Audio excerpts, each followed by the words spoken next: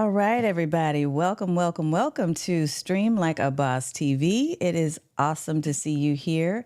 One of the things I just noticed is that I may be having a little bit of an issue on LinkedIn. So I'm going to double check real quick for the folks that are over there. We got party people in the building at LinkedIn Live, YouTube Live, also on Facebook and Twitter, I believe. So, hey, hey, hey, what's up, tech troublemaker? Ashling Rodriguez. Oh, I got to pop that up in just a second. I want to make sure she sees that love. Talk Virtual, that's Erica Bates in the house and Marcia Baker. There's a whole bunch of folks that are here to see Tatiana and give her some love. Let me do this really, really quick. I'm going to let the folks know on LinkedIn we are here because for whatever reason, user error, there was an issue with my LinkedIn post duplicating. So just in case you're having trouble watching on LinkedIn, I've let everybody know there's another duplicate post that's right there in the same feed. You can check that out, or you can watch us on YouTube. I'm Tanya Smith, and this is Stream Like a Boss TV, where we have the pleasure of being able to work with service providers in particular. So I love coaches, consultants, creators who are trying to leverage live stream marketing and video to be able to stand out online, sell more of your services, and serve more people. So we're super excited to be able to do that with you here. And I have a very special guest by the name of Tatiana Rodriguez, who's going to be showing up for you tonight with me. So on the other side of the short video we're going to show in just a second, we're going to talk about how you can make your live streams go from boring to brilliant. So that's the topic for tonight. So I want to ask you this question of the day. How are you making your live streams fun? And while you're thinking about that, I also want to ask you to do this. For those of you who have been here for a minute, you know what to do. What we do is we type in hashtag OG if you're family and you've been here before. If you're brand new to the show, I want you to type in hashtag newbie so that we can welcome you and acknowledge you. We really acknowledge you and love on you either way. But I definitely want you to put that on in there so we can give you a little special nod if you are brand new to the show. All right, folks. So here's what we do. I'm going to make sure that on the other side of the short video, we introduce our guest, and I'll let her talk a little bit about what's not in her bio. I'm throwing her off guard already, right? No, we're going to have a lot of fun, and I can't wait for you to meet her. But what I encourage you to do is to go grab that notepad and that pen while we give you a couple of seconds to get ready. And we'll definitely be acknowledging everyone who's in the house right now. I see you. Tati is everywhere right now. It's true. It's true. All righty, folks. We'll see you on the other side of this video with Tatiana Rodriguez.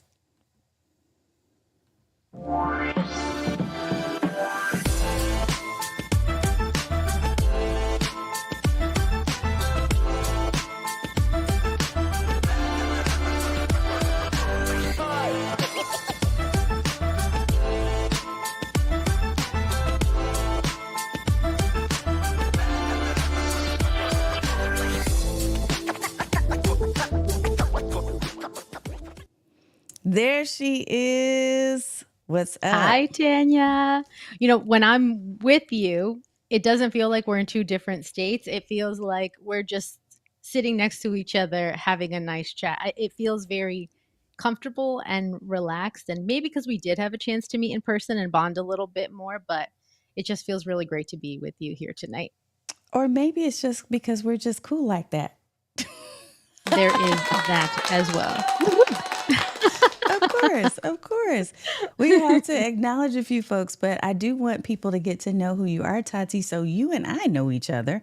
And I know there's a lot of folks that I'm seeing that are in the chat that we're going to pull up in just a second who want to acknowledge that they know you too, because everybody wants to know Tatiana. But tell us a little bit about yourself. And if there's one thing that's not in the bio that you're comfortable sharing, I'd love for you to share that too. Absolutely. Gosh, my mind goes in 50 million different directions. The first thing that popped in is I'm a really great cook. So I would love to cook for you sometime. And that's why I think if I could have everybody over, I would love that, be able to cook and entertain. And I like that conversation piece. I also want to say that I'm a big sister and an aunt. And I actually saw a comment from my niece in the chat, which is so cute. It's her Oh, birthday coming up this weekend. She's going to be 9. oh So my goodness. We're popping that up for sure. Are you ready to go and say hello to the folks? oh, please, I'd love to. Let's do it. Absolutely. Let's do it. Let's do it. We're going to pull these folks up. Look. Okay, first of all, there she is. Is that her? That's her. They call my nieces and my nephews call me Aunt Tot. So she say, Oh, "Go Aunt Tot, love Sophia." I Sophia, I love love you, it. honey. Mwah. Sophia, what's up, girl? Let's see. Tech Troublemaker said, hey, from the East Coast, it is not 2 a.m. Hey, Roy. Yes, East Coast, right? We are over here. It's a Thursday night. All right, Talk Virtual. Erica Baker in the house. What's up, Hey, lady? Erica. Love it, love it, love it. Marcia is here. We got Hello, John. ladies. Very nice. That's sweet. Hi, Marcia. I know we got a lot of folks in here saying, what's up? In fact, we have John team. Lacey. We got John Lacey in the house, of course. So you know the house is packed when we've got John in here. If we've And got John, we've got he's tuning in Dan. all the way from Australia. Australia. Hey, what's up, facilitator, Team Hey. Tatiana?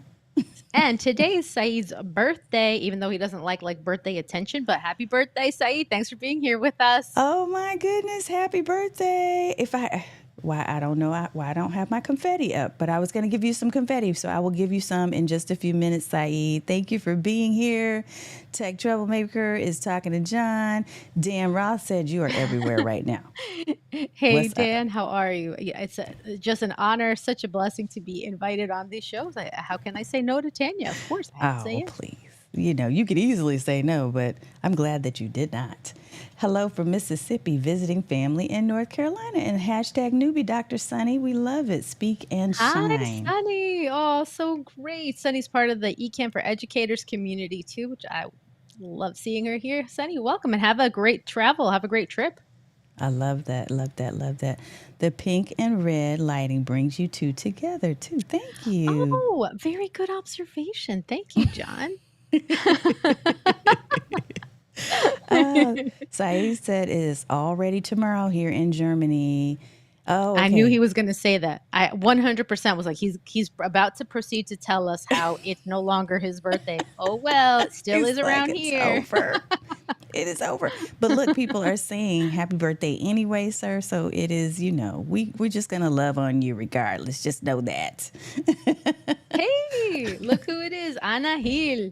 Hey Anna, what's up? What's up? What's up? Hooray for the Carolinas. There's a lot of stuff going on in here. Yes. Yeah, Okay. Anna and I co-hosted eChem in Spanish on Friday, and that was quite an adventure for both of us. 100%. Would love doing that. That is super, super exciting and definitely needed and essential to have diversity of all types of videos, including live streams. So I am loving it. Justice of the peace. Okay. Lawfully authorized wedding officiant. So if anybody in the chat needs to get married right now, you got a justice of the peace here. Hey, This place is jamming. It is jamming. hi, Chris Chris, Stone. I love me some Chris Stone. I like his picture. He's like, Always. He's always cool. He's like the coolest kid on the block everywhere you go. So I love it. Thank you so much, everybody, for showing up and saying hello and wishing us some love and some luck. It's been an interesting week, Tati. So I am happy that I get a chance to kind of spend some fun time with you, and we're going to talk a little bit about fun. But before we yes. get into that, I just want to know a little bit about this whole adjunct professor thing. Like, what inspired you to become an adjunct professor? What is that? What does that even mean? Let's see. Well, let me start with what is it? An adjunct professor is a professor at a university, so a college educator. And the adjunct part basically means that we're a subcontractor. So you can imagine at any organization or on any project, you subcontract work. So there's a difference between an adjunct professor and a full-time tenured professor. So there are different levels at university. The teaching expectations are the same of a full-time tenured professor as there is for an adjunct professor. But full-time professors have additional responsibilities, very often administrative ones, and a lot of research-based, sometimes publishing types of content. But so that is a key difference. So, and I made a video on my channel that has a brief explanation that goes over this a bit more. But essentially, the negative side, the downside is there's no benefits. There's the pay is typically quite low in comparison, and it's very difficult for people to make ends meet on an adjunct professor's salary. So on the positive side, there's a lot more flexibility, less commitment for people who are not interested necessarily in doing it as a full-time job. But for me, it's something that I love with all of my heart. So despite the pay and these other issues, it is just an outpouring of my heart. I tell my partner all the time, I'm not going to stop doing this until I can't. Like until I can no longer talk, I will probably continue to teach for the I rest can of my see life. that.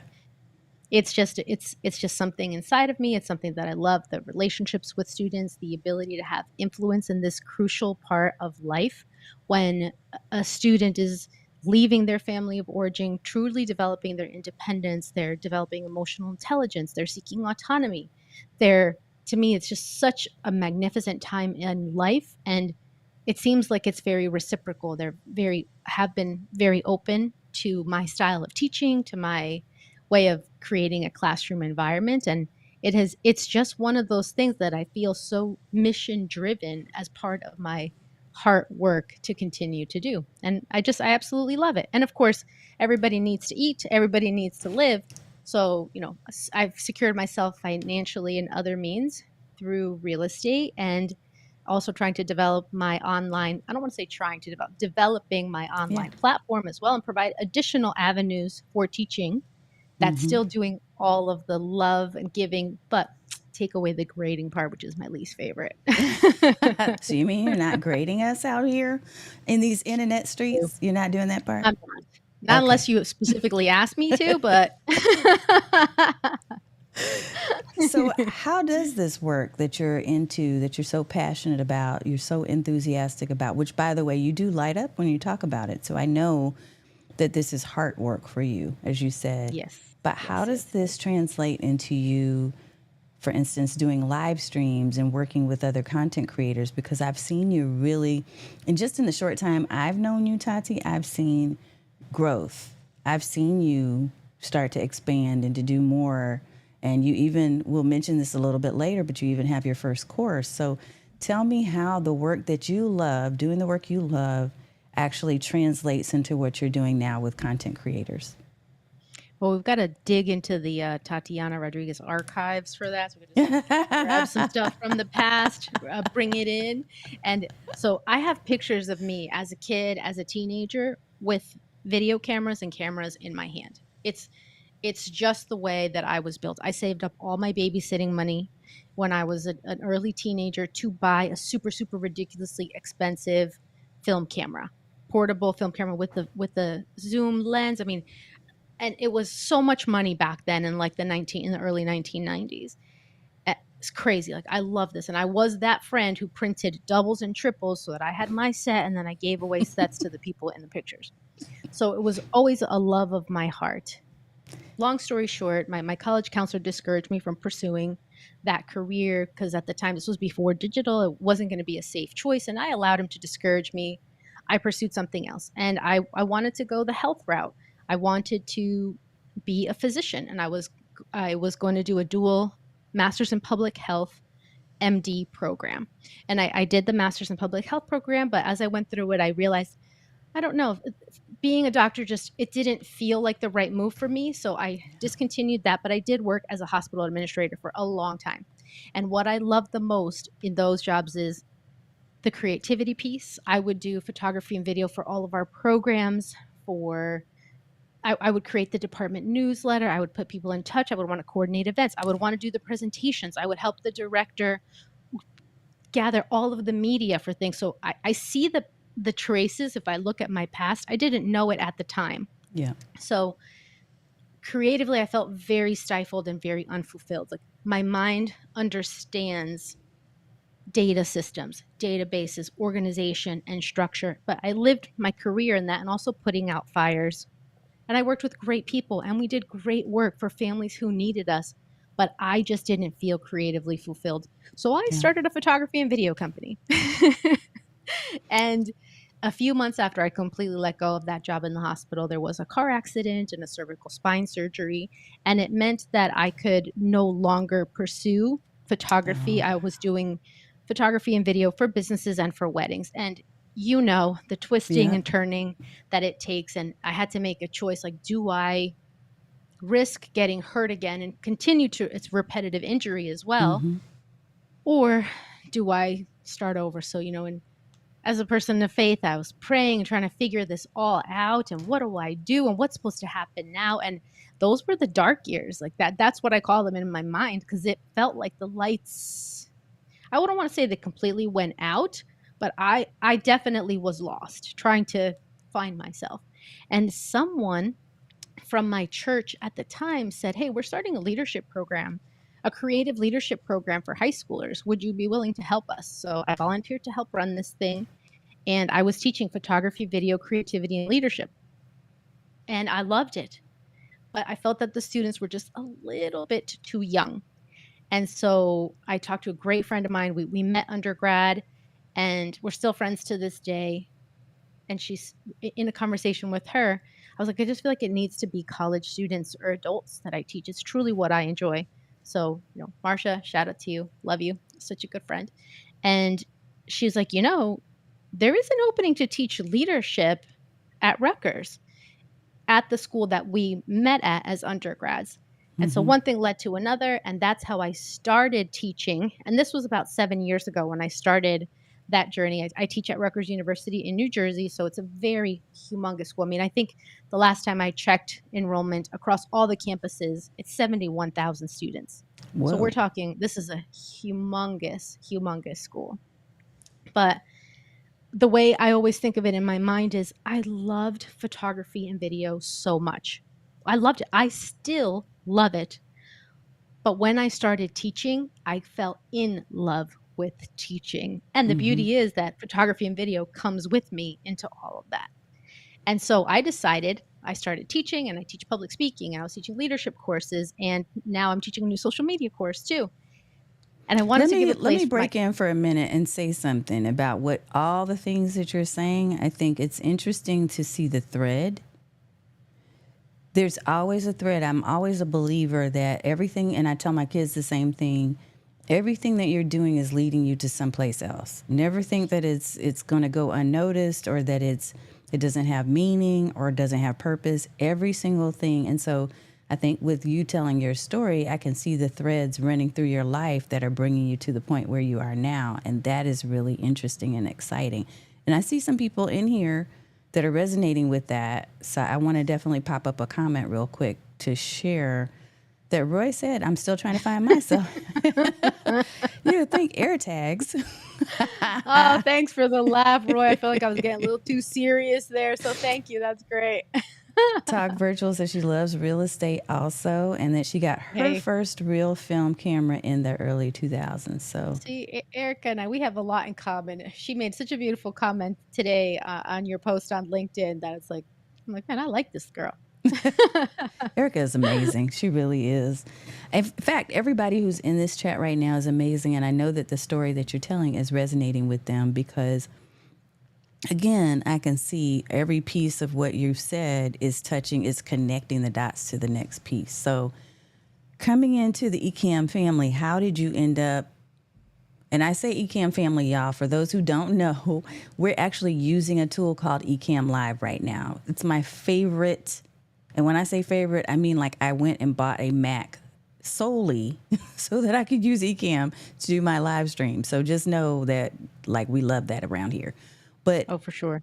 how did you connect in that space? Because again, you were talking about video and photography, and you have social media, and you're even in the work that you do with Rutgers. So how did that end up becoming? How did it connect you to this space where you are now?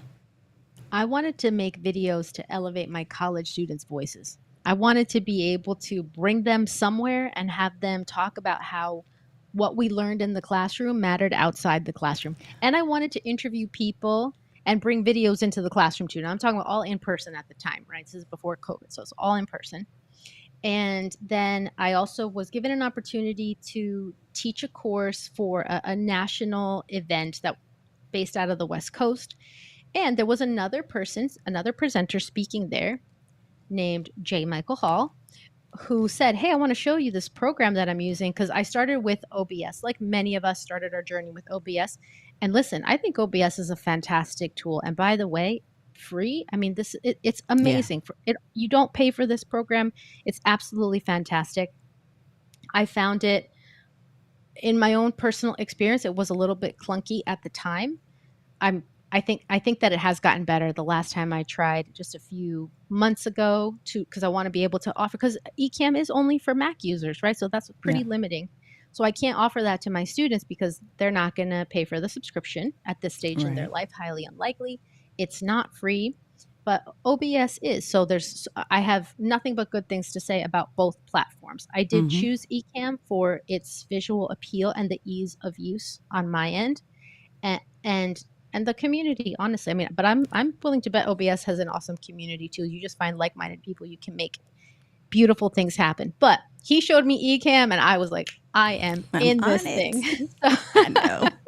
and and especially because when I originally started filming, capturing the videos in Zoom, and the Zoom video quality, I just wasn't pleased with it.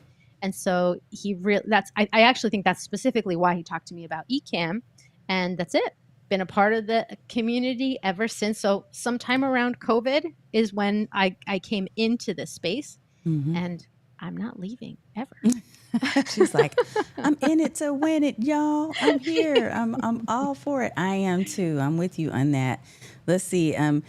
Learn live streaming with John Lacey. One of his excellent areas of focus is OBS. I know he's an OBS master. He said free For is a sure. great price point, but especially for poor students. It's true. 100%. Like that, they're 100% point of entry there. There's no barriers, no limits. Oh, look Hicks. at James. Thank you. How Another guy, sweet. another person I love. I love all the folks that are in here. Thank you. Let's That is see. I'm very not going to kind, buy June. Thank another you. Mac, but I would like to try Ecamm. Well, you got to get yourself that Mac. If you have a Mac now, well, depends on the one you have, Erica. But if you have a newer one, I think you'll do better with Ecamm, And especially if you're doing live stream. Go ahead. while we're on the subject, Tanya, I found a program called Prism Live Studio that is also free, that is Yep. available on both platforms, and also has a mobile app that comes with it. So that's actually the platform that I plan to teach my students Very because nice. everybody can access this program. And because I would not be able to teach multiple, my classes are not actually teaching technology like this, but I think it's Yeah, so important that they have these skills in communication that I I do build it too. into my classes. So, I wish that it could be Ecamm for everybody, but it's not. Yeah, So I want it's to not. have an accessible program that I can share with everyone. I tend to do so. Last year, I did something called Live Stream Summer School, and I did a review of a lot of different platforms and streaming spaces that you can play in. I don't think that one was up at the time, but Wave Video, Be Live, StreamYard, OneStream Live. There's a ton of different programs out there that you can use. If anybody has questions about that, definitely pop those in the chat. Frankly, if you have questions about anything or nice comments, you're more than welcome to pop those in the chat. Here's Hmm. a question for you because we need to talk about fun. Like, how do you create fun in your streams? How are you actually creating these videos where people are engaged? I know that this happens to be a gift for you. This is why I really wanted to talk with you about this because sometimes we get stuck in our boring old ways and we do our talking head thing. We're hoping that people will love it, but they don't always love it because they might get bored. So, what should we be doing to have more fun with our Well, videos? to to have more fun, whether that's like me in your courses or if you're recording a video, I think I think it's a little bit more challenging, at least for me personally, when it's a recorded video to bring the fun. That's just me. Other Mm-hmm. people, they don't have as much of that issue bringing the Yeah. fun. For me, I love it when there are people there, whether that's a live stream or a classroom, virtual, in person, like that. I know that I get energy from that. Me too. Me If it's too. a video though, then I have to I think for me the solution is to invite a friend or two to be in the audience with me while I record to make it more fun. And I have friends that I've been able to do that with, which makes it really spectacular to at least be able to. So one thing I would say is you got to know yourself and know what is fun for you, because it's really hard to fake fun. And Hmm. we don't want to do that. I think the most important thing is to be very authentic. So putting yourself in situations where you can have fun, number one. And I think also understanding that nobody wants to come to a live stream, to a course, to a class and be bored. Yeah. Everybody has different definitions of fun, and different levels of stimulus are needed for different people and different personality types and all that. But everybody enjoys some very specific things, such as being acknowledged, such as Yes. participating. So for me, the number one strategy that everybody should be familiar with is active learning. So we're going to call Mm. this active learning. And there's a difference between active and passive. And my handwriting has gotten absolutely horrible over the years, so you just have to bear with me. So, but imagine it like this. And I was just talking to my college students about this as well, because I'm preparing them to run a live stream soon. If we're all on a team together, a sports team, those of you who are sports athletes in college or high school when you were kids, imagine if the whole time this game is going on, you're sitting on the bench. That's what talking at everybody feels like. Obviously, when you're recording a video, you're doing all the talking. There's nobody else with you, but remembering that you need to speak directly to the audience as well. The active piece means you are involving them. You're bringing them into it. So, for example, tonight, right? We read the comments, Tanya. You shout people out, you invite, we smile, we acknowledge, we share a little anecdote if we know the person's name, or we ask a question, we ask for input because we don't hear their voices, right? They're typing. But when you are teaching with people in the room, getting them involved is absolutely critical. So the first principle is active learning, not passive, which means people participate. There's that expression like your athletes aren't really going to have a good time until they have skin in the game, Hmm. because that means that they're actually playing, they're actually participating. So bringing people into the learning with you is key. That's number one. Active learning has to be a part of it.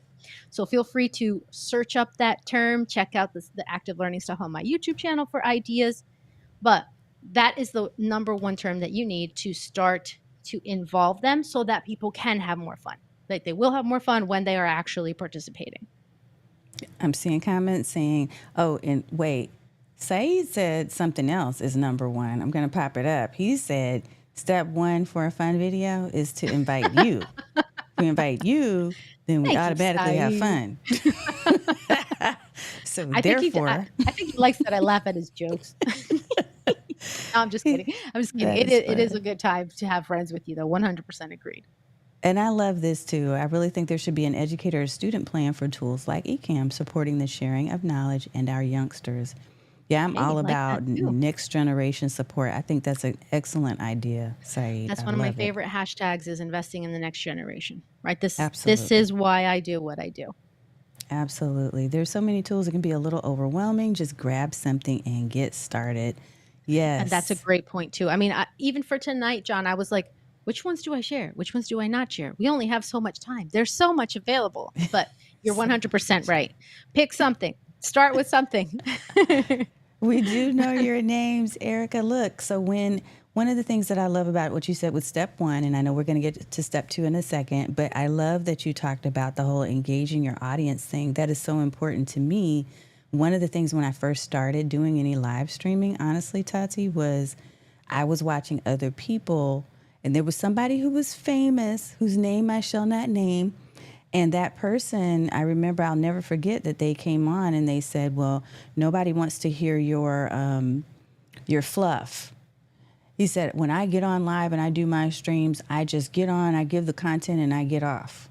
And I thought, okay, so I tried that, and it sucked. Like, I didn't want to do Mm. that because I could see people commenting. I could see them and I wanted to say, hi, hello.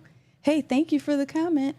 But he was not feeling, he didn't do, and he did well at the time. But I think I'm seeing there's been a major shift because people do want interaction. They don't want a talking head.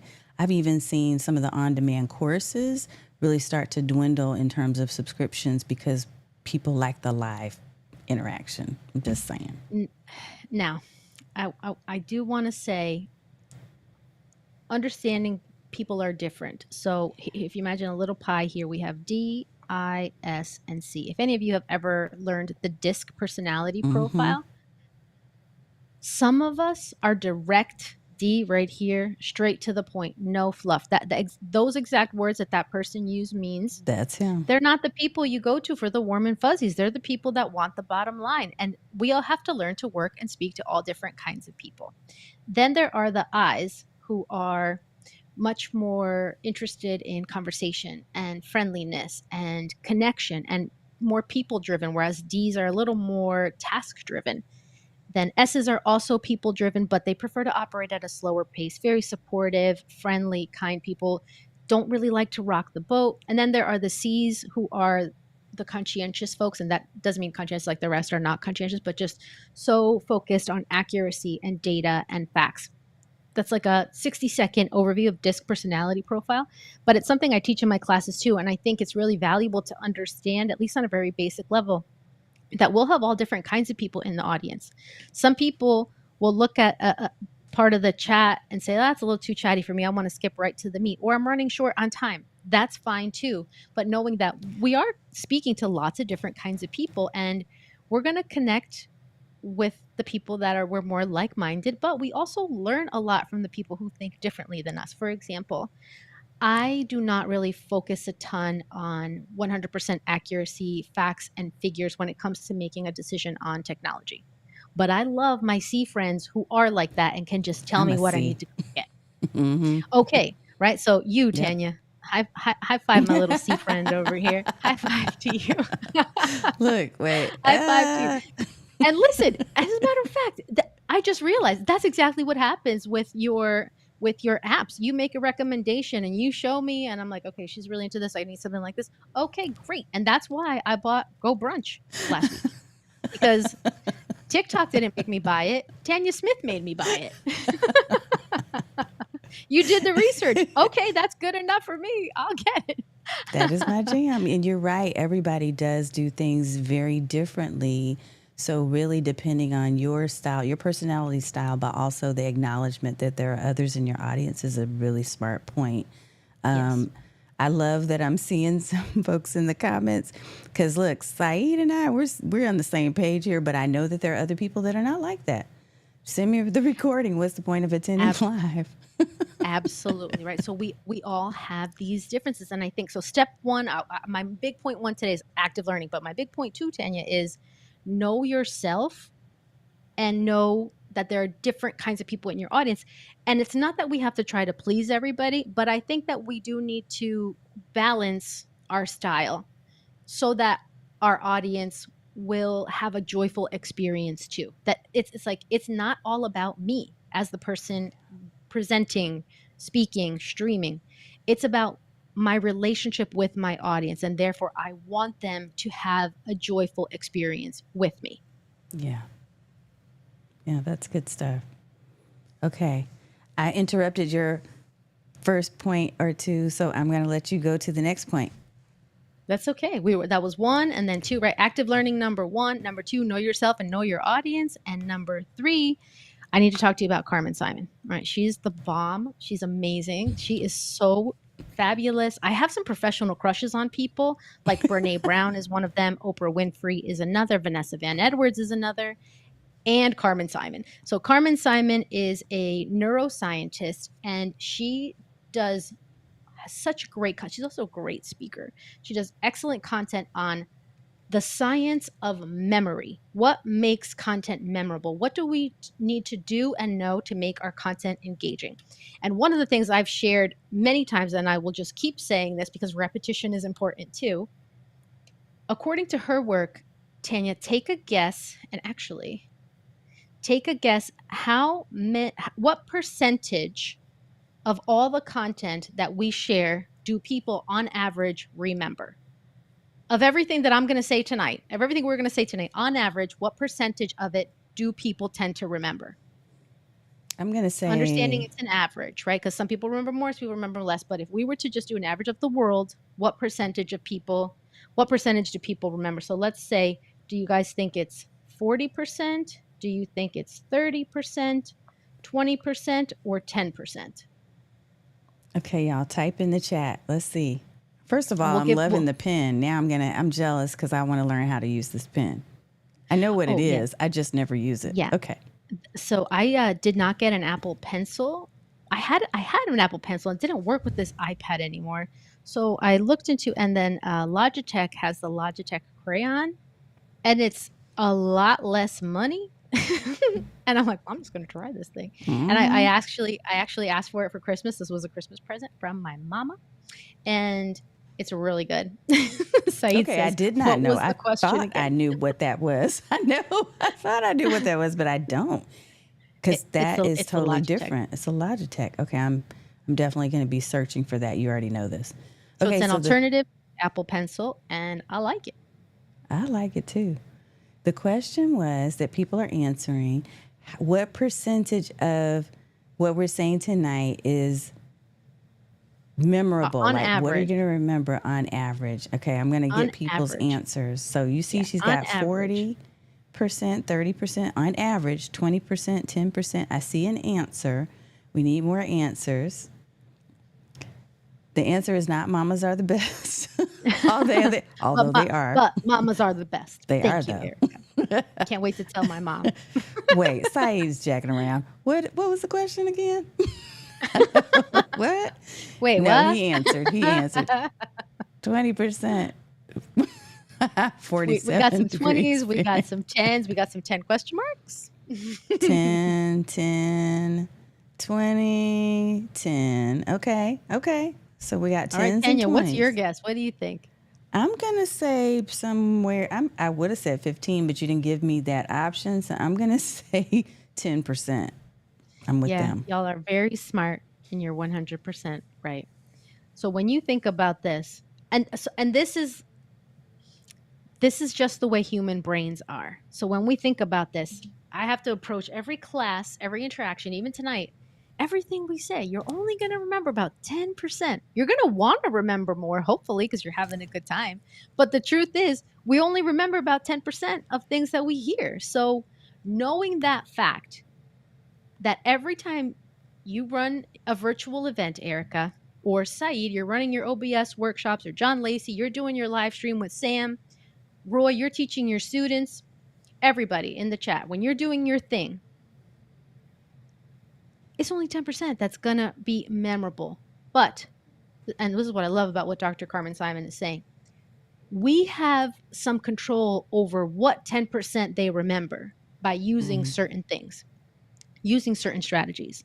So we just need to accept that this is a fact of human beings, right? So knowing that, okay, are you structuring your content so that they're going to remember the 10% you want them to remember? And the other concept we have to remember about us human beings is something called habituation. Habituation. And what this says is that we as human beings get used to things very, very quickly. We habituate to certain things. And so, for example, people will be able to, like right now, I'm hearing a air purifier in my background. I forgot that thing was even there, right? My mind is used to it. It has habituated to that sound because it's the same constant sound. So when we're in a coffee shop and we're listening to the buzz of the people all around us, it's got a level, right? But if somebody all of a sudden drops something super loud, that is different. So everybody perks up and it's like jumps a bit. Exactly. Exactly. Demo. Something like that. And what we need to do is put in pleasant moments of disruption. Because what happens? What happens when you hear the same thing, the same thing, the same thing, the same thing, we all start to get sleepy. Yeah. And in the presentation world, in the speaking world, in the content creation world, if a person's voice, if their voice has this tiny little bit of fluctuation, what do we call this? Everybody knows this term. We say that person is Monotone. monotone, which means they speak on only one note. They Yeah. speak on only one note. So we have to think about habituation and how we need to switch things up. That's what that means. That very frequently we need to switch it up, which is what you're doing and demonstrating beautifully throughout this whole live stream. A different scene counts as a switch up, a different frame, a different text, putting up a comment, coming back, putting me solo, putting you solo, sharing this, sharing that, noticing something in the comments. So it's about that switch up, but it also can't be too much of a switch up because then people are kind of frazzled. But it's about finding this balance to avoid habituation. You don't want your audience to get bored, essentially. And so you have to plan these moments of change. I mean, I'm probably talking too much already, and we need to habituate and avoid habituation and switch it up. So, Tanya, your turn. There we Switch it go. up. Just switched it up a little bit. Just switched it up. Let's switch it up and do some comments real quick here. By the Okay. way, let me do this for y'all because I want to make sure that we get in this link that Tati has put in here for us. First of all, let's see. I think I have the right one. You created a new live course, so I don't want to forget to tell people about it at TatianaTeaches.com live course. And this is actually your website at Tatiana, which I love this photo, Tatiana.com. Thank No, you. TatianaTeaches.com. So you want to tell us a little bit about the live course and what people can expect? I'd love to. And I can even share my screen and show you a little graphic that we made for it here. So it's called the Adjunct Professor Academy. And this is for I really want to help adjunct professors because I know we don't have a lot of resources at our disposal. Like I said, we're pretty much subcontractors, and very often we're just handed the class and say like, all right, go ahead, go do your thing. And that can be difficult for a lot of people. So I decided I'm going to launch a course. This is my first one outside of a university that I'm charging for. And so it's quite an exciting moment to have a launch. And it's going to be over the course of 5 days from 11:30 a.m. to 2 p.m. Eastern, the week of July 8th, all 5 days. Day number 1 is going to be all about the process, understanding what active learning is, student engagement, and the science of memorability. So kind of like a lot of the stuff we're talking about today, but processing it in detail. And then the second day is all about preparation, about customizing strategies to your students, to your audience, and also I do teach public speaking, so I'm going to be sharing public speaking skills and how to feel that true confidence, whether you're teaching online or in person. Then day 3 is all about visual appeal, creating graphics, slide decks, content, things that are going to appeal to our eyes, eye-catching content for our students, for our audience. And then the 4th day is a check-in, questions, discussions, challenges, processing time too, in terms of what have you learned throughout the week. And then on the last day is actually time to take some action. And this is a practice presentation where everybody enrolled in the course is going to deliver that content to the group so that you're actually teaching that lesson, practicing active learning, engagement, and being able to have an opportunity to hear and get feedback from other people. So it's the inaugural Adjunct Professor Academy. And if you know adjunct professors, if you are an adjunct professor, hopefully your university has the ability to reimburse you for professional education, continuing education. But I want to offer this and put it out there for folks. And I'm really, really, really excited to do this starting July 8th. So thank you for letting me share that, Tanya. I am super excited about this. So, is it only adjunct professors that can benefit from this? Because it sounds like there's some topics I might be interested in. I bet there's some folks that are in the chat that could too. Just Now, curious. I will say that this would be a benefit to anyone who educates an audience. That is the honest truth. Okay. It is the Adjunct Professor Academy because I'm an adjunct professor, because niching down your content is like, I know I can't cater to the entire planet, Yeah. and so this is the focus. Yeah. But anybody who teaches adults will benefit. And the reason I say adults is that I think that it's slightly different when it comes to teaching children or younger Hmm. grades, but and we are going to focus on the science of adult learning, which is a little bit different. So Yeah. probably different than children, but anybody who is teaching adults, I think would truly get something out of this. And so the same principles would apply. Like if somebody was coming in who does live streaming and has that kind of an audience, there's not something drastically different that I would do, even if they were teaching a class at a university as an adjunct professor, other than focusing perhaps more deeply on course objectives. But even our live streams, like we should have an objective. We should have Yes. something that's our why, that's our plan. There should always be a purpose, a reason behind it. We're not just jumping up on camera just to jump up on camera, although I know people do that. Mm-hmm. But having a purpose and an objective in mind helps you to decide and determine at the end, did I achieve what I was trying to set out to achieve? I like what Dan put here. Can I just say, Dan, my very first semester teaching, I had a student whose name was also Dan, who said the exact same thing to me. He Ah. said, please just invite me to your TED Talk whenever that is. And so I've now gotten that from two Dans, and that's very sweet. Thank you. That might be a sign. I don't know. Saeed said, I often even forget what I said, let alone what they remember when we were talking about Oh memory and gosh. recall. Oh gosh. That's Yes. funny. I have to write everything down myself. Oh, Oh. thank you, Tanya, because I feel like I need memory pills, but thank you so much. Trust me, the older you get, you just might. That's because you say so much, Saeed. That's funny. Yeah, and Saeed often describes himself as a textrovert. So when he's on that keyboard, boy, you better watch out. You too. Let's see. Dr. Sunny said, include pleasant moments of disruption. I know I love that too when she said that. That really hit for me as well. I love it. That's really what it is, you know? And so we tend to think of disruption as a negative word, right? That a disruption, it's like a bad thing. But in this case, we need those disruptions. They just need to be pleasant. They need to be a welcome change of pace, right? That's So I'm right. glad that resonated. Look, Dan has the hookup, so you just need to know. Hey. Just know. Just know it. Rutgers has a TEDx site, and I'm like, But anyway, Ah, something to consider for sure. Thank you. let's see. I know. That's what I just said, Erica. Hearing from two Dans, it's a sign. Hello. Hey. And John Lacey, he laughed at the textrovert. I love it. Textrovert. That is fun. Oh gosh, that's so good.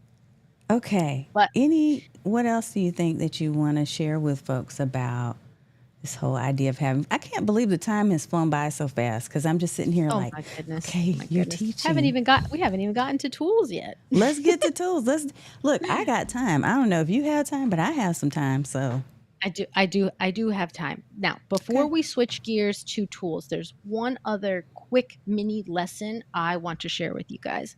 And Tan, you can stay on screen with me for this because I want to like tag Okay. team this with you. I'm There's a listening. concept that I teach my students. Well, technically it's 5D, but we're going to start with 3D. So I teach them 5D speaking, and I learned 3D speaking from a man named Bill Hugterp, who was, I think he's still running a company called Own the Room in New Jersey. You know, I'm from New Jersey, now living in Pennsylvania, and so shout out to New Jersey. And he was teaching this concept 3D speaking. 1D, the first element, is the words that you say. 2D is your tone, the energy with which you say those words. And 3D is your body language. Now, I add 4D and 5D because I also teach design, visual appeal, and also your camera presence, the use of your space, whatever that is. So I've added now those things are also technically part of like body language, but all these different things. But let's just go with 3D for today. You are probably spending a ton of time choosing the words that you're going to say. We spend a ton of time on the content, the plan, the structure, the order, which is great. That's essential. But I think people are not spending enough time on the way that they sound, their vocal variety, the energy, the emotion, avoiding sounding monotonous, right? Having that true energy and knowing there is a bit of a performative element to coming on a live stream, on a show. It's not the same as sitting down as having a cup of coffee with me and you, right? My volume wouldn't be the same. My gesturing might be different, but we still want to be our authentic selves, but no, we have to step it up just a little bit to be more engaging, but not becoming a different person either. That doesn't come naturally to everybody to use vocal variety. And I don't even have to think about gesturing. I use my body to communicate. I'm an expressive person. If I'm in your audience and I love what you're saying, you will see it on my face. If I'm confused, you will see it on my face. Like I love students like who are expressive in the classroom because I can see how they're feeling. Not everybody is like that. But the whole idea is that you're a 3D speaker when you're using clear and concise words that people understand, right? You're not confusing them. You're not using a bunch of jargon that people don't get. And you have energy and enthusiasm in your voice as appropriate. Obviously, if you're kind of sharing something that's difficult, that's going to be a different energy. Yeah. But in general, that you're pleasant and enthusiastic and engaged and committed. And then your body language matches that. You have strong eye contact with your audience, whether that's virtually or in person. You use your hands to illustrate. And Vanessa Van Edwards, whom I mentioned earlier, her team did a study on the top rated TED Talks. We've been talking about TED Talks tonight. And people who used hand gestures, whose tone matched their nonverbal communication, fared far better in terms of numbers of watches, number of views on those videos than people who didn't. So we can look up her study to get the specifics, but I just remember thinking when we use 3D speaking, people are just naturally more engaged. It's just the way that it is. So the other thing to practice to make your content more engaging is to think of this concept of 3D. And maybe you're really strong in one and need to work on another, but there's the words, there's the tone, that rhythm, that cadence, that energy, that enthusiasm, that vocal variety in your voice. And then there's, are you framing yourself up in the camera so that you can gesture? I mean, I had to practice so much that I don't hit this microphone all the time when I talk. I ideally wish that there was something hanging from the ceiling that would capture great audio, but one day. So one day the mics will develop enough to be as good as this one, that needs to be so close. But the idea is 3D speaking. So maybe everybody can work on some element of that to enhance their presence online and therefore make it more enjoyable for people to watch and participate on your streams or your presentations or your classes or whatever it is that you're sharing your knowledge. I love that. I love that a lot. And so I always think it's so interesting when, we talked about earlier the idea of connection and threads. So you may not know this, but I was taking voice acting classes because it's something that I'm interested in doing. I don't necessarily want to be an actor, but I do love the act of voice acting. Like I love doing that, and I love the inflections and all the different things you can do with your voice and make, right?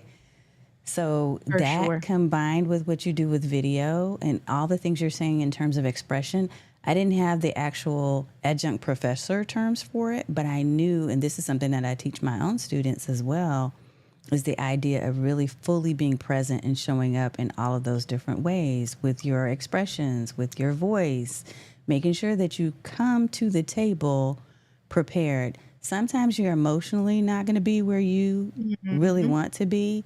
I mean, I mentioned to you, and for some of you who have seen my post in the last 24 hours, you know that I lost my dog of 15 years. I've had dogs in our house. We've had dogs in our house for 30 years. So half of that time was Charlie, and now Charlie's gone as of yesterday. So it was really devastating this morning waking up to a quiet house because I didn't have any little dogs running to me and saying, "Hey, it's time to go outside," or to feed. And so it, Hmm. it was tough, but I had to put myself in a mental state to be prepared to come on and do this live. And you also helped with that, Tati. Of course, honey, and not just because I can understand, because we went through the same thing last summer. The same exact thing happened to us, and before that, I if somebody shared with me that they lost a pet, I would, of course, I would feel sad for them because they're so cute and I know people love them, but I didn't really know how it felt until last summer. And man, it takes a huge toll on you. And it It is a does. loss and there is a mourning period, but I want to share something so sweet. When that happened, I actually had a class to teach right around that time. I forget if it was the day after. It was the day after, and I did share it with my students, and I told them the next, and just more so in an example of sometimes things happen and we still have to show up. We still have to deliver. Yeah. Not that we're rejecting our feelings or stuffing our feelings, but sometimes we just need to get through certain things so that we can get to a place where we can more comfortably express them. And can I tell you, my students that next class brought me a card, a gift basket, candy, and chocolates to express. These are college students who went out of their way as a class, 25 students, to help me feel better about this thing that I shared with them. And I think that when we had done a couple of virtual classes, they had seen our dog in the camera, and it was just Yeah. such a sweet thing. And so I think that's we're talking about fun and engagement and everything tonight. Sometimes the engagement, we wouldn't describe it as fun, but it's still a very strong connection when we can share appropriately that little bit of ourselves and sometimes even those difficult things. So, Mm-hmm. and in true moments like myself in the class and you with our audience tonight too, you get to share some of that, and then that helps us process and work through it too. And I know you got people sharing a lot of love in the chat right now too. Let me pop some of that up so I can acknowledge. Yeah, it's been a difficult day, y'all. Um, but I just appreciate being here and getting a chance to be in the space of other really positive people like all of you. Thank you for the hearts and the love. There's some tips in here I'm going to pop up for you and your shotgun mic. Thank you, everybody. Yeah, John, it's tough. Oh, It's tough. John. Yeah. Yeah, I mean I, it's I been will 30 years. So, I will what were you gonna say say? though, it's such a beautiful time with them too though. Really truly is. Yeah, the memories you get to make with them. And this was a quirky dog. I'm not gonna spend a lot of time on it, but yeah, I will just say he had some quirks. We always had quirky dogs. Engagement equaled the act of being actively involved, interested, and committed to something. I like that, Saeed. I like that Nice. a lot. There's okay, so think about a shotgun mic. Yeah, I used to have one that was overhead. You have to use, there's a particular type of arm that you can get um, that you can move in and out of your shot. The first one I had, Tati, actually was kind of an overhead mic. I used to use, I know some people will be like, oh, grown, but I used to use a Blue Yeti mic. It was huge Well, and hey, gold, and I love my Blue nothing Yeti. wrong with that. No, it worked great. It worked fine. I know that there's some people who are mic snobs, and I am a mic snob now, but Listen, I, that's we what got grow, me right? through. We work our way up here, but I Yeah. started with a USB mic also. I tried putting this one up high and Mm-hmm. just out of camera. It just doesn't sound the same. And I know Uh, shotgun mics are different, but from my research, and again, I haven't done a ton because I'm not like super duper into those specifics, but yeah. my understanding is that the sound will still be better from something like this than even having a shotgun mic in here. So Yeah. I am trying to adjust to this guy right here. You better get in But I touch with appreciate the Doc. comments, guys. I appreciate that. You know Doc Rock will hook you up. You know this, Yeah, right? this is who I talked to about like trying to Okay. position this mic in the right. And then I actually talked to Laura Davidson from Shure as well at Creator Okay. Camp. For some reason, the audio stuff, it just doesn't click in my brain as well as the video stuff does.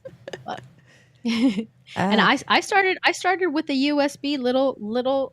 It was like a lav black mic. It just was this tall thing right here. We all start. I still have it. Saeed, We all that's started me. somewhere. Saeed is my people. He just didn't know it, but now you know. Uh huh. So, Roy, you too. MV7 all the way. For real, for Hey. real. I love it. Ernest, thank you. Please remind folks, let folks know that they can like and subscribe to this video. If you are Oh learning yes. something here, please feel free to follow and, like and all those things. Let me see what's wrong with it. Nothing at all. Vanita, I used a Blue Yeti for like, I don't know, my first couple of years doing streams, and it worked just fine. Yes. I love my Shure better, but I was a big old fan, and Erica is too. Mhm. Yeah. I think there's nothing wrong with that at all. And when you can and you want to move up to something else, then you do. But it's a great mic for lots of uses. Yeah, look, Roy still has his too. Yeah, mine is sitting actually over the. I have like five, probably more. I have every mic known to man. I have a Rode something down there. I've got tons of the Wave. I've got. It's a mess, but my favorite is the Shure. I'm not gonna lie. This has been my go-to since I got the Rodecaster Pro 2, maybe a year or two ago. Yeah, that's my favorite See, right now. and you are at a different place than me because I am not at the Roadcaster level just yet. I did actually get anyway. Different topic for a different day. I But know. you are way more advanced than me. I've just been just a couple steps ahead. Hey, learning and growing, but it's all good. Saeed, now you're just making stuff up, Dan. He said the Blue Yeti was kind of the pandemic go-to mic. Y'all are a hot mess. Oh, tech troublemaker. Okay, we're not even supposed to be talking about it. Okay, wait. Let me pop this up because this is true. I didn't even want the Roadcaster. He knows the story. Ah. In fact, I had it. I bought the first one, the first version, and I turned it back in because after maybe 2 weeks, it stopped working. So I was like, I don't need this mess anyway, and it's taking up too much desk space. I'm a real minimalist when it comes to my desk space. So I was happy to get rid of it. And then my husband turned around and bought the Rodecaster Pro 2 for Christmas, and I felt bad about saying, send this back.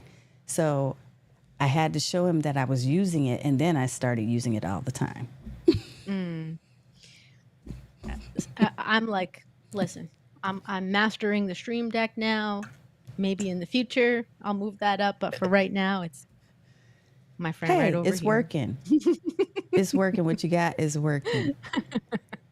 Okay, what else you got? I know Blue All Yeti right. equal Road Warrior, Vanita said. Okay, true that. It's a theme tonight. We got a lot of love for our microphones. All right. How about we talk about some strategies, some suggestions and things that people can do.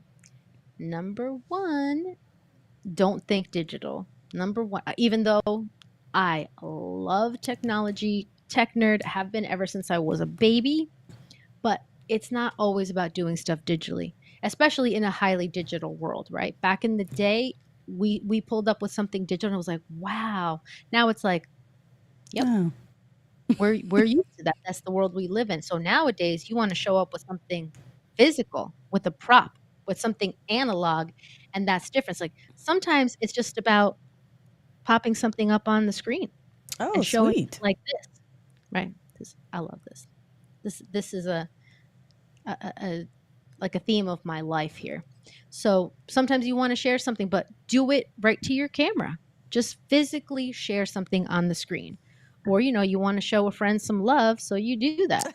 And it's you just write something on a card. It doesn't Stream always like a boss. Yes, there we go. I Again, we were love talking it. about switching it up and showing some love. Like it doesn't always have to be a graphic. That said, I do love me some graphics. And I want to tell you about a friend that came into my life through Saeed. Her name is Lucy Agalini, and she has a she designs graphics. Let me just pull up the site because I always get this right. Get this wrong. It's getcnvs.design, and she shares beautiful, beautiful graphics. She has a free pack that you can have, and the free pack is great. I have the full pack because her stuff is just so beautiful. And I'm gonna share with you, for example, when I'm in class, these are some of the graphics. Oh, I'm These are, sorry. yep. I was Nope, no, popping up that's her good. site. That's her website right there. That's Lucy's Okay. website. So you can get some free graphics there to add to your streams, to add to your content. And when I'm talking to Ooh. my students and I want to talk about your brain on social media, I can pop in some graphics. When I'm doing content where I want them to think about choices, and I'll say, this or that. Hey, which would you prefer, Instagram or TikTok? How about YouTube versus LinkedIn? So That is just thinking cute. about different ways to engage. And of course, I get inspired by my friends 100%. There's just so much content, that so many different things that you can do when I'm popping my students when they're popping into class. Like, I pop in some welcome graphics. There's just lots of things to make people feel welcome, and adding it back in, or even getting a little video behind you as I'm talking about social media things. So lots of different ways to visually engage that's relevant and tied to the content. Or, I'm not a big fan of putting up a lot of text at any one time, but sometimes you need to. Like, you want to share a lot of things. And so every now and again, I'll do content like this where it's like, okay, here we go. We're talking about this today. So popping up lots of different graphics. There's just the possibilities are endless with the tools we use, like Ecamm, like OBS, or any of the tools that we're using online. Adding the visual appeal is beautiful, and finding a style that works for you. I use Lucy's graphics and Canva and tons of other stuff too, but it's nice to be able to stick with a large theme of things that are very beautiful. Like, I like that they fit the vibe, so I'm a big fan of her work. I So like it. thinking about your graphics, but then also the KISS principle, like keeping it super simple is important too. It's almost like, yes, we love a full ensemble, we love a symphony, we love a band, but sometimes it's just so nice to hear Nora Jones and a guitar, and that's it. Right? Like, to me, it's about the variety that makes it an enjoyable experience. It's not always this, it's not always that, but yet there's a consistency. Mm-hmm. So finding that groove can be a little bit tough, but explore, check out great resources, and then let me share with you guys some additional stuff over here, if I can pop myself up on the screen here. So we talked about Lucy's content. Also, there are lots of different tools. You've probably heard of Kahoot. I have Kahoot. I love to play those games with my students. No student ever has said to me like, "Oh, can you please? I don't want to play Kahoot." Everybody enjoys it. So lots of fun stuff. So Lucy's, and then there are tools in addition to Kahoot, things like Stream Alive, or even using the live poll feature in YouTube if you're doing a YouTube stream, or even the poll features within Zoom, something where you're getting people to ask questions. But Stream Alive is another platform that I started using recently for engagement, and they have a really cool feature, which is everybody answers from whatever platform you're on. So Stream Alive could be used directly with your YouTube channel, Tanya, and Mm-hmm. people, their answers that go in the chat populate into here automatically. They don't have to go somewhere else. Like with Kahoot, you have to go to Kahoot, or other tools, you go to other Mm. tools. This happens right within the chat. They have an interactive map. So if everybody puts where they're from, you can see visually where Mm-hmm. everybody's from. Another tool are things like InSpace, which I started trialing very recently too. So I'll show you. I did this with my social media students recently.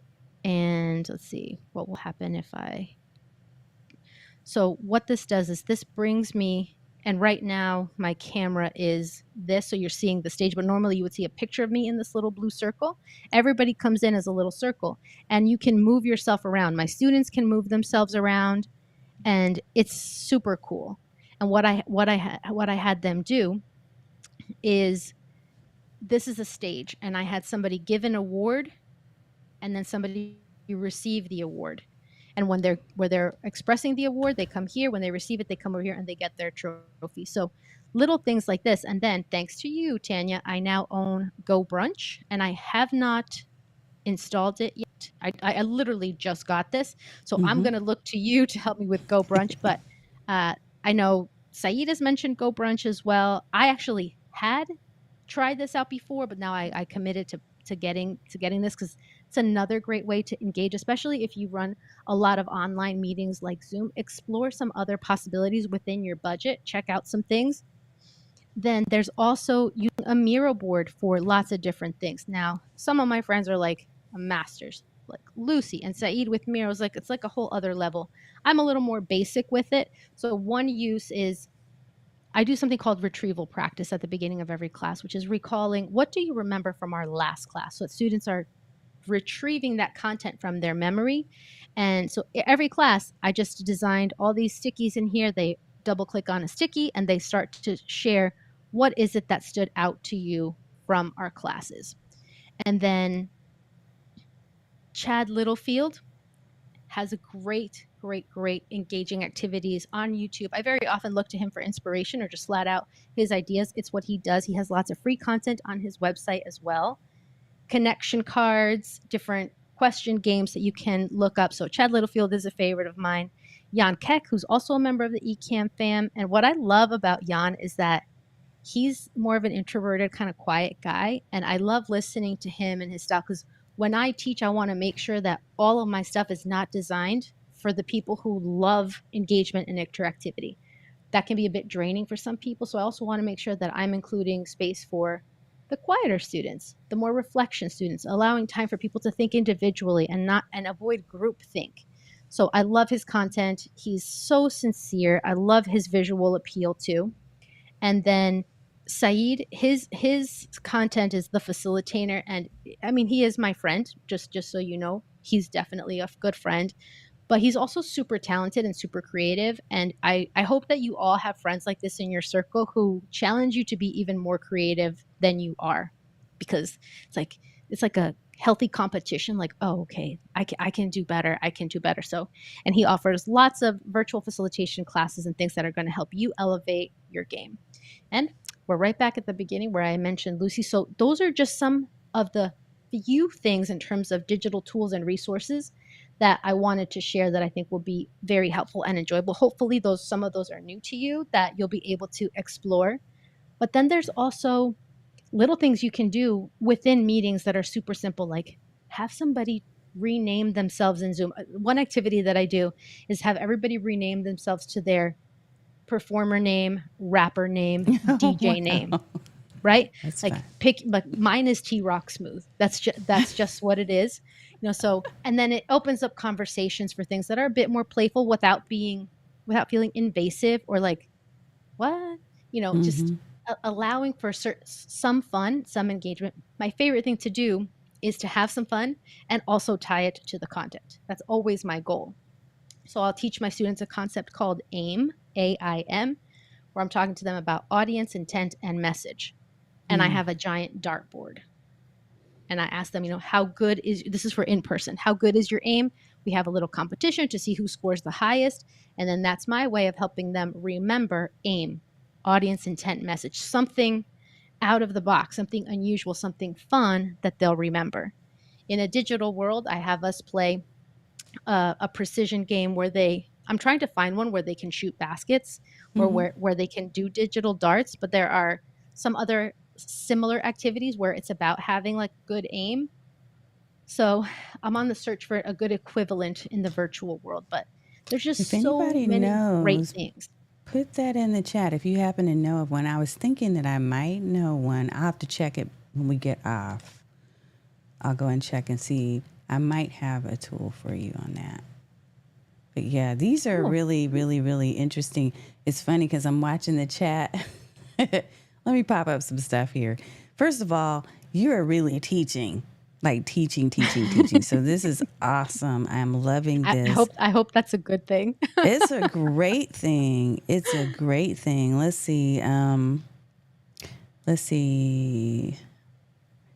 I'm not pulling up mic comments, y'all, because we'll get drowned back into or dragged back into that conversation. But she said, it's this part that will take up the majority of my 10%. I knew doing all the fun planning of strategies and such.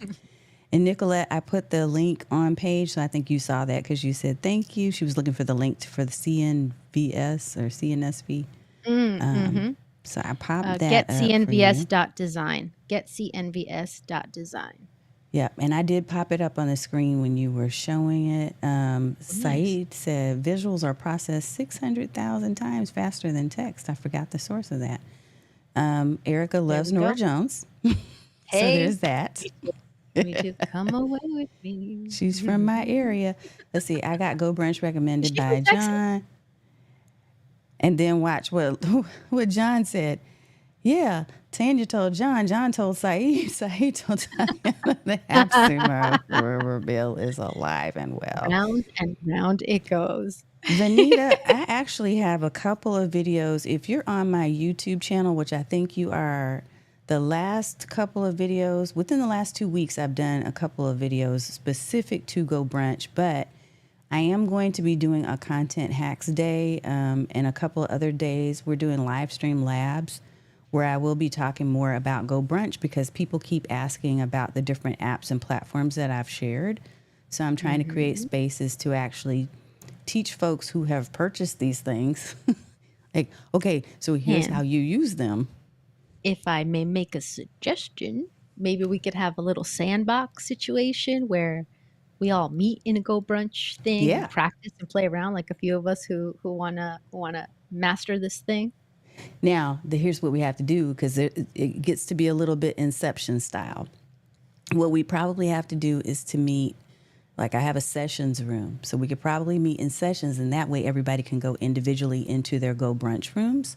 I can still share mine. But what if we do, everybody is in one sessions room or Go Brunch room and tries to go into their own, they'll get booted out of one or the other. But Mm, I can figure okay. that out. We could do a sandbox. Mm-hmm.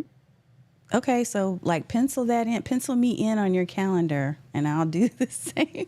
So we can You come up got with it. something because that would be fun. All right, Vanita, there you Yeah. go. Look what you started. Hey.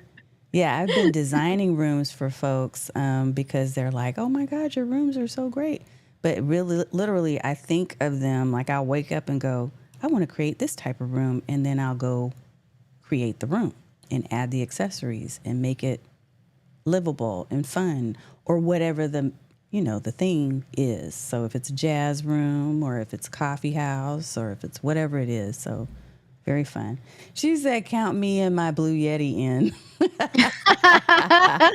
I know, That's right, great, Vanita? Vanita. That's so good. And Okay. listen, Tanya, there's actually one other thing I want to share too, and that is learn from my mistakes. I have a problem where I grossly underestimate how long everything takes. So I kind of twisted it around to say, I always have extra content in my back pocket, but really I think I can squeeze a lot more in that I can. So if you're like me, we'll help each other. And Yeah. give so I what I started to do is, hey, if I think something's going to take 30 minutes, just know it's going to take 60 minutes. I just Oh, yeah. double my mental estimate. I've met other professors who've said to me, like, how on earth do you fill 3 or 4 hour classes? Like, I don't know what to do after 90 minutes. And I'm like, what? I have too many ideas. Like, completely opposite problem. But just do some trial runs, do some tests so that you know how long things are going to take. And people need time to think. We have to get comfortable with the silence. People need a chance Yeah. to think. We very often ask a question and then we in our mind we wait what seems like a long time, but it's only 5 seconds and people are still thinking. So when we do activities, especially interactive ones, give people a chance to process. They're not familiar with the stuff like you are, like I am. They're hearing it for the first time. You've said it to yourself, you've worked on it, you've been thinking about it, you've processed it already. Other people have not. So make sure that you allow time for your audience to answer. And when you're live streaming, there's that delay. Mm-hmm. So ask the question, and then, like we did today, plan to chat about something for a good 30 seconds. And it might have even been a little more before we started to get some answers. If you're not used to that, you're going to be like, great, nobody answered the question. Everybody hates this Yep. question. This totally sucks. I'm moving on. But it's like, no, It's no, no, no, true. no. Just give them time. Just give them some time. So just know that and plan accordingly. And sometimes you just feel things out. If it's not going this way, then you go another way. But don't do that before you give it time. Definitely give it time. And give yourself a little bit of grace, especially if you're just starting out, because one of the things that I've often cautioned people from doing is trying to do too much when you're just starting with streams, right?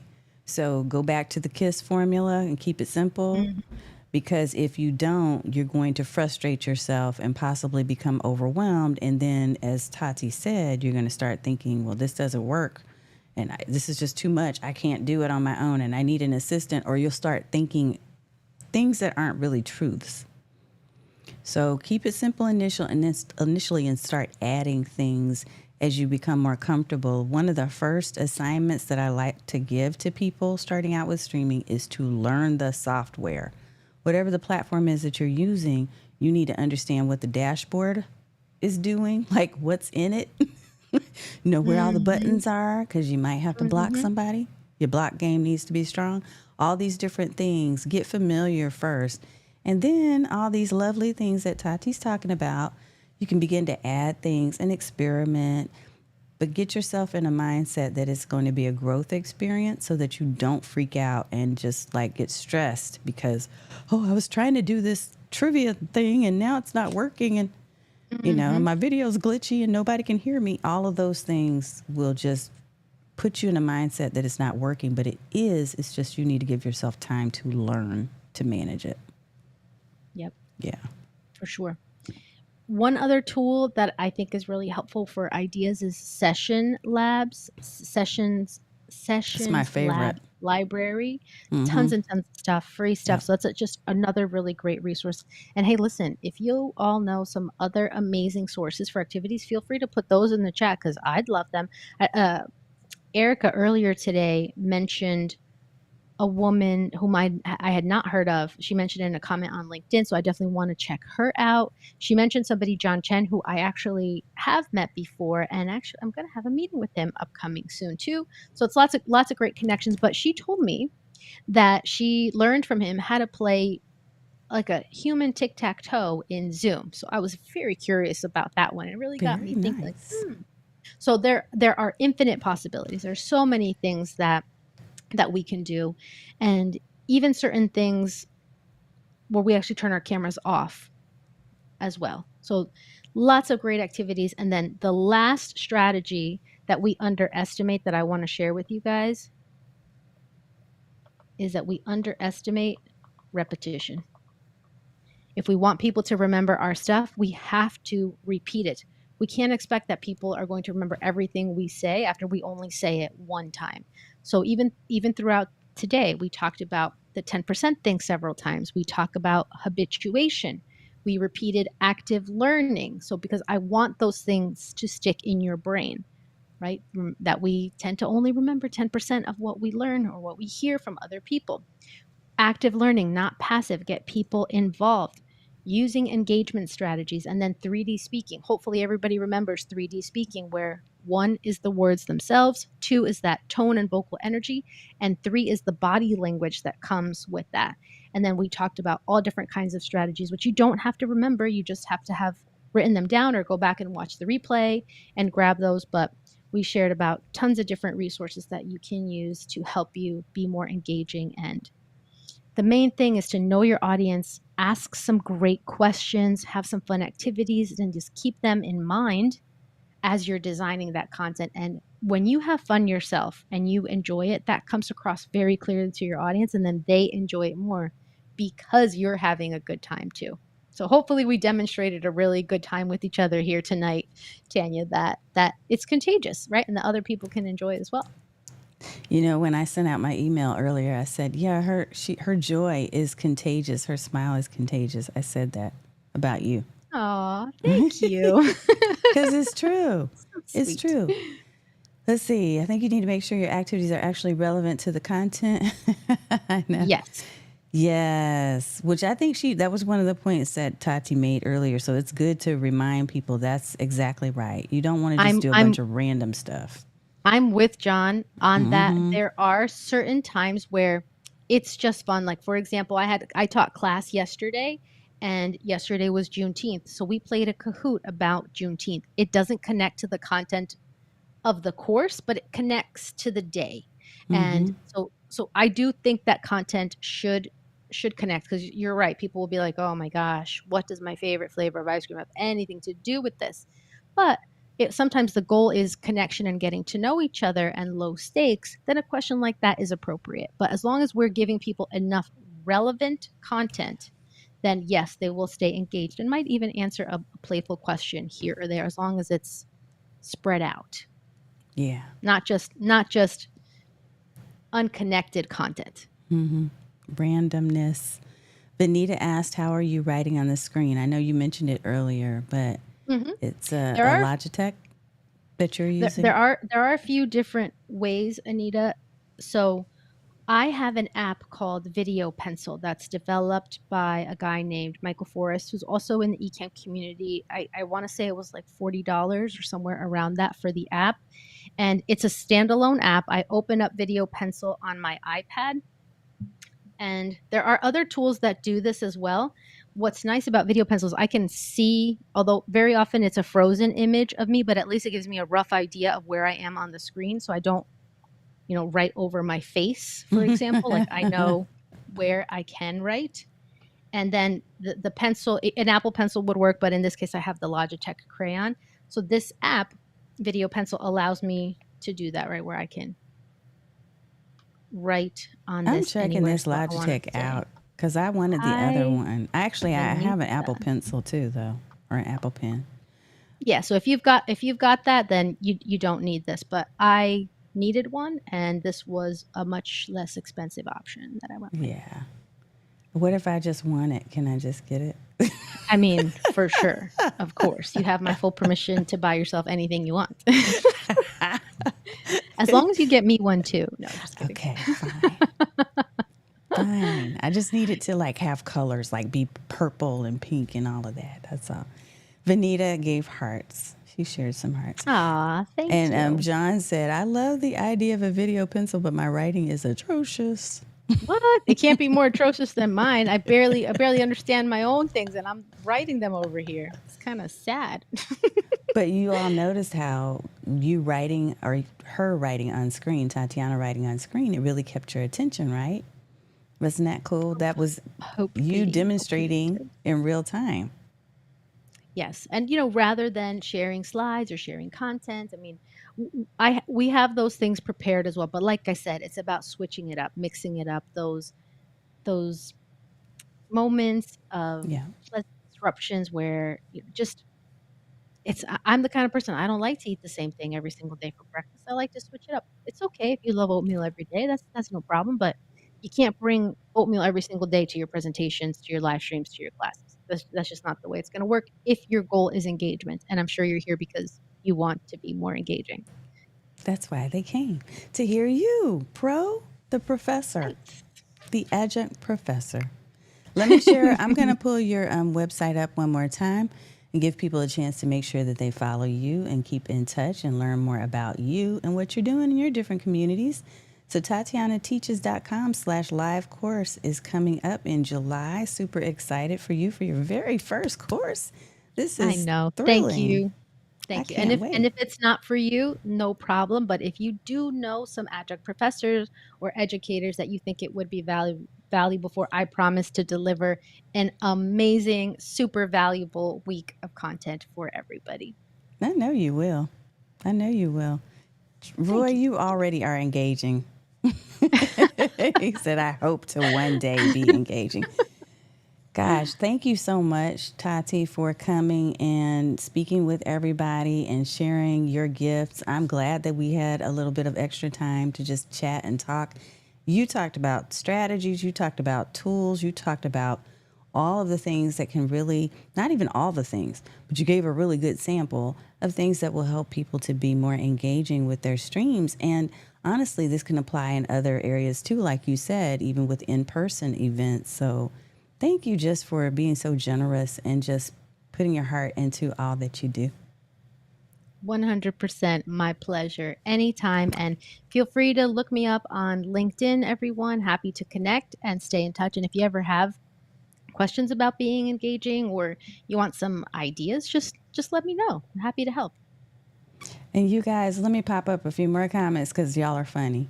Um, Hope to one day be engaging. Oh, AG, AG, do you you know about know. AG and I running head to head? So much competition of us on ENN where we were like, and then George Canales came in and started winning, and now Saeed's on the winning streak right now. Ah, what? What? But Okay. AG and I were winning for a long time.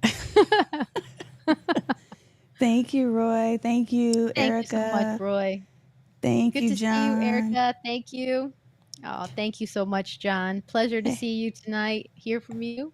We really appreciate it. Charvette, it's good to see you, lady. We're getting ready to wrap up, but feel free to definitely stay and watch the replay. We had a lot of really juicy nuggets in here, and Tatiana spent some good time just really sharing and giving. And I just, of course, appreciate that. And we will get together. So for those of you who have been asking us to do projects, we keep saying we're going to do it, but we're just going to have to do it. We're going to have to do one. Yes. We're going to have to go brunch it up. We'll go And brunch it up, y'all, because I promise you that is one of my favorite spaces to create and to play in right now. Thank you too, nice. Dr. Sunny. All right. And Yes, thank you, great to see Saeed. you. Bye, Sunny. Bye, Saeed. Bye, G. Bye, everybody. Nice to see some new people and some familiar faces in here, too.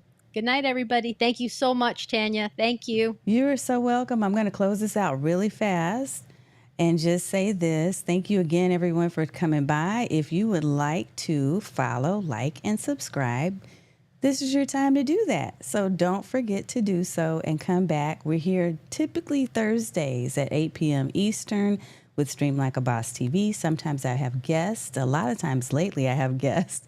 And sometimes I'm on doing some solo training and teaching. But either way, you're welcome to be here. You're part of the family now. So the next time you come for our intro and I ask for whether or not you're a newbie or an OG, if you're here tonight, you now get to officially say, I'm a hashtag OG, and you're welcome here.